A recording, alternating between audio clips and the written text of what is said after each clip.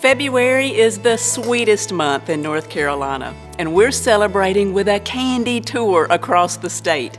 Think saltwater taffy from the Outer Banks. You know you have to bring a box of that home. And handmade butter-filled peach buds from Nash County, a North Carolina tradition for 99 years. We'll tour the candy factory in Lexington and get some Redbird peppermints from the Piedmont Candy Company, some amazing handcrafted chocolate from Videri in Raleigh, and Rusty's peanut brittle from Tarboro. And of course we'll find ourselves digging into those candy bins in the Mass General Store.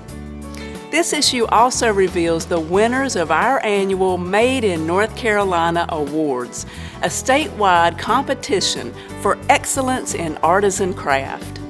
You'll meet the creators of Bright Black Candles in Durham, a potter in Pittsburgh, a woodworker in Winston-Salem, and 12 more makers, bakers, and crafters, all showcasing the best of originality and innovation in our state. You're not going to want to miss this one. Look for the February issue on Newsstands now.